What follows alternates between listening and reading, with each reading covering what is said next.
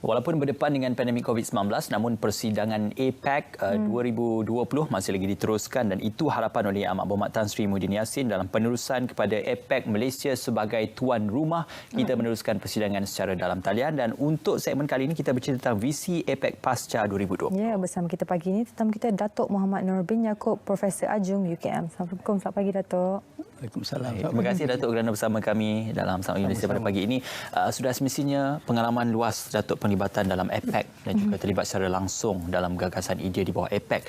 Apa yang penting, satu pemahaman asas tentang APEC ini adalah penglibatan anggota ekonomi untuk merancangkan ekonomi anggotanya dan juga untuk memastikan kesan daripada persidangan dan juga output yang akan dapat dicapai. Secara asasnya, di manakah letak duduknya APEC ini dalam memanfaatkan anggota-anggota ekonomi yang terlibat, Datuk? Ya, kalau kita tengok asal wujud APEC ni asalnya pada tahun 1989, ia bertujuan mewujudkan satu forum untuk negara-negara di rantau Asia Pasifik berbincang antara satu sama lain khususnya mengenai isu-isu ekonomi dan perdagangan. Jadi sebabnya kita pada masa itu pemimpin-pemimpin negara-negara anggota APEC sedar bahawa kita perlu bekerjasama. Jadi kalau kita saling membantu, sekurang-kurangnya bertukar-tukar pendapat mengenai isu-isu yang dihadapi bersama, kita boleh mencari resolusi, kita boleh mencari penyelesaian kepada masalah-masalah yang dihadapi serta bekerjasama melaksanakannya. Baik. Dengan cara itulah kita lihat bahawa rantau APEC ini ekonominya telah meningkat semenjak penubuhannya kira-kira 30 tahun dahulu. Bagaimana Datuk sendiri melihat penambahbaikan aspek perdagangan serantau dan agenda pelaburan tanpa menetepikan intipati sebenar matlamat APEC itu sendiri? Ya, sebenarnya perdagangan dan pelaburan merupakan perhatian utama APEC yang memupuk pelaburan bukan sahaja antara negara anggotanya tetapi supaya anggota APEC juga mengambil langkah untuk sama-sama memajukan perdagangan di seluruh dunia. Ya. Jadi misalnya negara APEC menjadi ahli WTO, ya, World Trade Organization yang ibu pejabat di Geneva.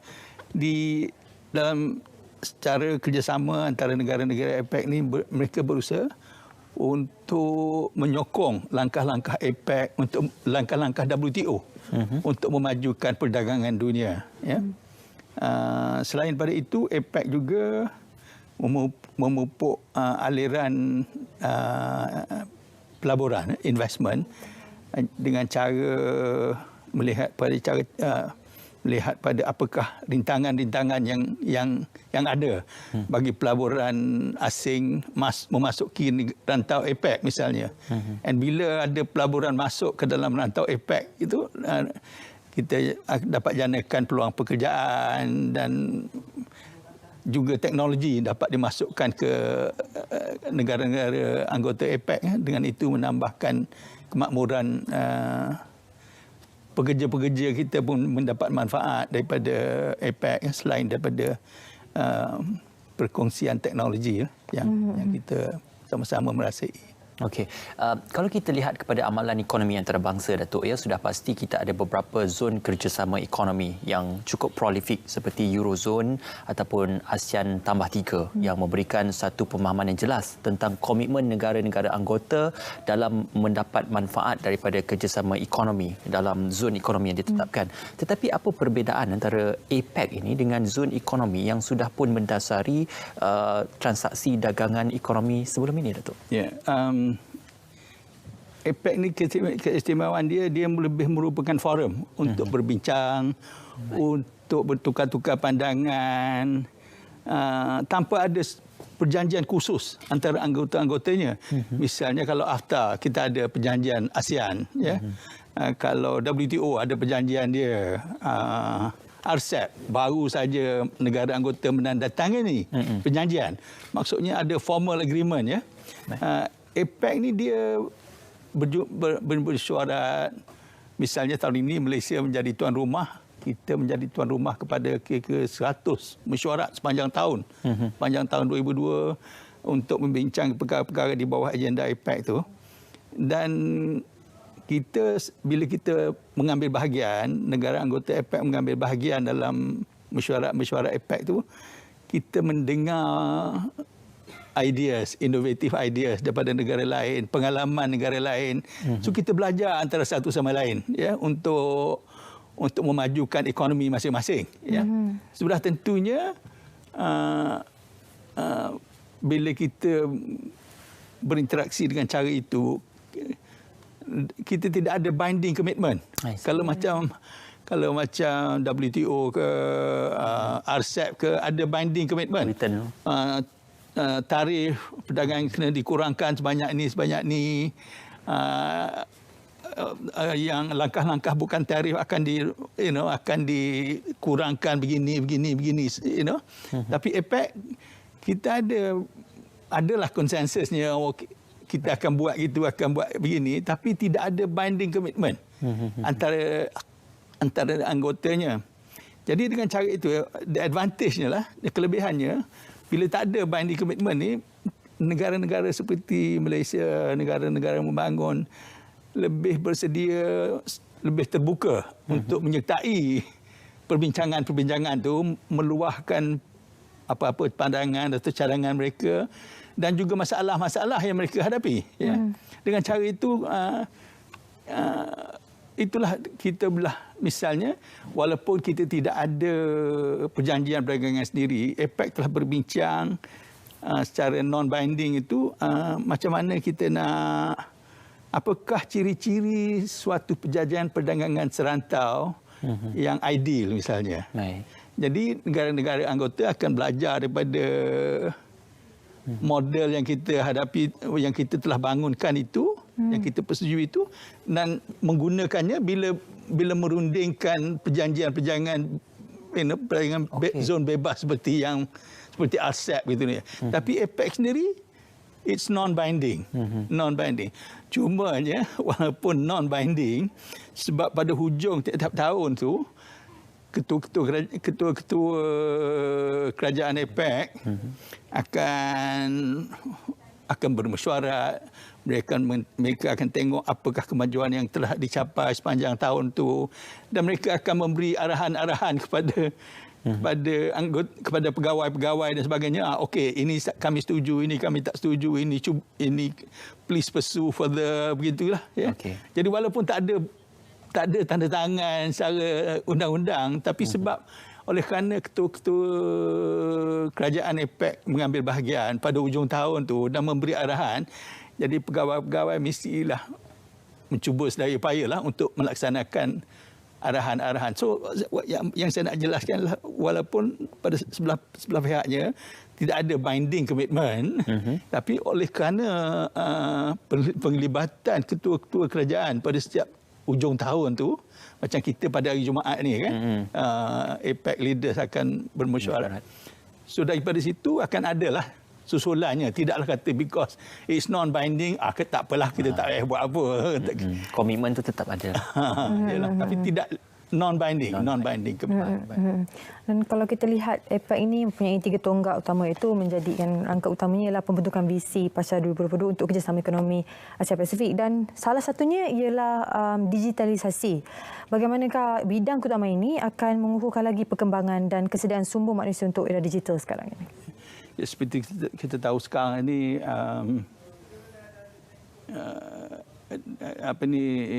teknologi digital berkembang dengan besar dan kesannya amat menyeluruh dari dalam segenap aspek kehidupan kita ya. Kalau saya ingat dulu macam RTM dulu, you pakai analog teknologi, sekarang pakai digital teknologi. Dan kita tengok bagaimana lebih baik persembahannya, kandungannya dan sebagainya. Begitulah e-commerce misalnya sekarang ni, lebih-lebih lagi masa COVID ni, kita duduk rumah, kita boleh order, kejap lagi makanan datang ke rumah. Kita tak perlu pergi ke kedai, dan itu menyelamatkan kita. Itulah untuk mematuhi PKP misalnya kan. Itu antara yang saya kata contoh-contoh yang terdekatlah dengan kita dalam kehidupan seharian. Tapi selain pada itu banyak industri menggunakan teknologi digital ni supaya pengeluarannya lebih berkualiti, lebih tepat, komunikasinya lebih baik, merintasi sempadan. Dengan cara itulah digital teknologi ini menyumbang kepada pembangunan dan kemajuan. Cumanya sekarang ni APEC merasakan bahawa untuk memastikan di bawah selaras dengan konsep kemakmuran bersama yang kita nak cuba laksanakan, digital teknologi ini harus mencakupi semua segmen masyarakat, daripada syarikat agregasi kepada golongan B40 misalnya. Setengah tu tak celik pun pasal teknologi digital. Betul. Satu setengahnya pula tak ada infrastrukturnya. Internet ni bukan semua tempat ada sampai kan. Kalau sampai pun slow je you nak ambil tu. So that is the cabaran lah bagi APEC. Dan APEC diadakan di AVG, APEC Vision Group ni. Ini salah satu daripada SURE. APEC Vision Group ni kepada anggota-anggota APEC supaya memberi perhatian kepada teknologi infrastruktur untuk ekonomi digital, juga supaya berusaha supaya setiap section masyarakat boleh celik digital. Kita, kalau saya boleh gunakan teknologi itulah. And then pembelajar kita, budaya pembelajaran ni mesti harus diteruskan seumur hidup. Sebab apa? Teknologi ni terus berkembang, ya. Dia bukan itu. Kalau kita saya dah pandai dah main internet, saya tak nak belajar lagi, kita akan ketinggalan. We must continue to learn itu. And APEC harus mempromosikan budaya ini. Okey, dalam penglibatan anggota APEC ini kita melihat mungkin dari segi kalangan negara, boleh kita gunakan terma negara yang menganggotainya, mungkin terdiri daripada kepelbagaian, ada yang negara maju ataupun ada negara yang membangun. Dari segi KDNK ini juga dilihat tidak seimbang antara anggota-anggota ekonomi itu berbanding dengan gerakan seperti G7 atau G8 yang mana KDNK-nya itu hampir sama dan prestasi ekonomi hampir sama. Jadi bagaimana APEC ini boleh menguntungkan anggota ekonomi itu bersandarkan kepada ketidakseimbangan ekonomi antara negara-negara anggota itu? Salah satunya dia dalam aktiviti APEC, negara-negara maju lebih banyak menyumbang lah. Lebih banyak menyumbang dari segi pembiayaan kepada bajet APEC misalnya, ya. Okey. Satu lagi teras aktiviti APEC selain daripada bermesyuarat, bertukar idea, percambahan fikiran tu, dia ada program apa yang kita panggil Ecotech, kerjasama ekonomi dan teknikal, ya. Yang ini tanggungjawab keuangannya, saya tak panggil tanggungjawab sebab dia voluntary, ya. Tapi lebih banyak negara maju daripada negara-negara membangun APEC yang memberi sumbangan. Selain daripada itu juga dari segi kandungannya, dari segi kandungannya, negara-negara maju lebih banyak memberi sumbangan kepada negara-negara membangun APEC. Itu membawa kita kepada apa yang kita mulakan perbincangan kita tadi. Yang pentingnya apa persetujuan dalam APEC itu is non-binding. Jadi walaupun ada persetujuan, saya sebagai negara membangun yang agak miskin bandingkan dengan negara maju, saya tidak terpaksa untuk melaksanakan. Kalau saya kira saya tak upaya, itu yang kelebihan APEC tu. Kalau setengah-setengah perjanjian lain tu, once bila you dah bersetuju, you dah tanda tangan tu, kena follow lah, kena laksana lah, ya. So itulah kelebihan APEC yang kita dapat mencakupi negara maju dan negara membangun dalam keanggotaannya. Pandangan Datuk sendiri, apakah tumpuan dan keutamaan yang harus diberikan kepada usaha menambahbaikkan perdagangan dan serta pelaburan dalam visi APEC Pasca 2020 ini? Satunya kita panggil APEC Vision Group tu kan, dia panggil tu. Kita kena meneruskan agenda di bawah Bogo Goals. Bogo Goals tu kita nak wujudkan perdagangan bebas lah, quote and unquote di rantau, aliran perdagangan dan pelaburan bebas di rantau kita ni. Sebab walaupun apa pun masih ada halangan-halangan ya. Misalnya kalau kita tengok cukai tarif ke atas bahan perdagangan lebih tinggi daripada cukai tarif ke atas barang-barang pembuatan. Dan barang-barang pertanian ni banyak negara membangun yang mengeluarkan ya. So itu kita kena teruskan mencari jalan untuk mengurangkan tarif terutamanya ke atas bahan-bahan pertanian. Yang keduanya dari segi selain daripada itu kita tengok rintangan-rintangan bukan tarif. Ya, masih banyak. Misalnya rintangan bukan tarif ni maksudnya misalnya kita panggil non tarif barrier, technical barriers to trade. Baik. Ini dah bentuk standard-standard lah. Misalnya you nak import mesin ni, kerajaan sesebuah negara itu akan menetapkan standardnya macam ni, sehingga kan mungkin negara maju, negara membangun susah nak patuh. Jadi susah nak patuh, tak boleh ekspor, So benda-benda macam tu APEC harus terus berusaha untuk menyelaraskan, untuk memperbaiki keadaannya lah. Jadi secara ringkasnya, apakah harapan Datuk Seri melihat kepada APEC pasca 2020 ini? Walaupun kita mendepani pandemik COVID-19, tetapi harapan kepada kemakmuran sejagat melalui ekonomi yang lebih baik itu dapat diterjemahkan melalui persidangan APEC. Ya, kalau kita kalau kita tengok tajuk laporan AVG itu, dia bercakap pasal the people. Selama ini negara APEC telah maju, ya, pendapatan per kapita telah meningkat, tetapi seperti yang saudara sebutkan tadi, ada jurang antara negara-negara APEC, setengah kaya, setengah miskin. So kalau kita boleh jalan untuk merapatkan jurang tu. Yang keduanya di tingkat rakyat, ya, dalam negara-negara APEC pun jurang pendapatan tu, masalah jurang pendapatan tu masih ada, masih luas, ya. So kita harus berusaha untuk mengatasi masalah-masalah ini. Misalnya memberi perhatian lebih kepada micro enterprise, small enterprise, untuk mereka dapat mengambil bahagian dalam perdagangan antarabangsa. Baik. Supaya syarikat kecil pun boleh mengambil peluang daripada pasaran ekspor misalnya. Dan kita kena tengok golongan-golongan yang terpinggir lah. Misalnya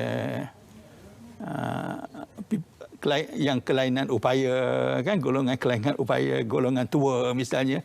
Kita tak boleh, kita harus memastikan mereka ni tidak ketinggalan. Betul. Misalnya kalau kita cakap pasal digital teknologi, kita harus pastikan bahawa mereka ni juga dapat manfaat daripada digital teknologi, sama ada dari segi teknologinya, akses kepada teknologinya, sama ada dari segi menjadi celik teknologi. Betul. So itulah antara, saya rasa lah, harus diberi perhatian oleh APEC dalam masa-masa akan datang. Okey. Terima kasih atas perkongsian Datuk sebentar tadi. Sudah pasti APEC untuk kemakmuran bersama ataupun shared prosperity akan dapat dicapai melalui persidangan APEC pasca 2020. Terima kasih diucapkan kepada yang berbagi, Datuk Muhammad Noor bin Yaakob, Profesor Adjung Universiti Kebangsaan Malaysia UKM. Terima kasih, Datuk. Terima kasih.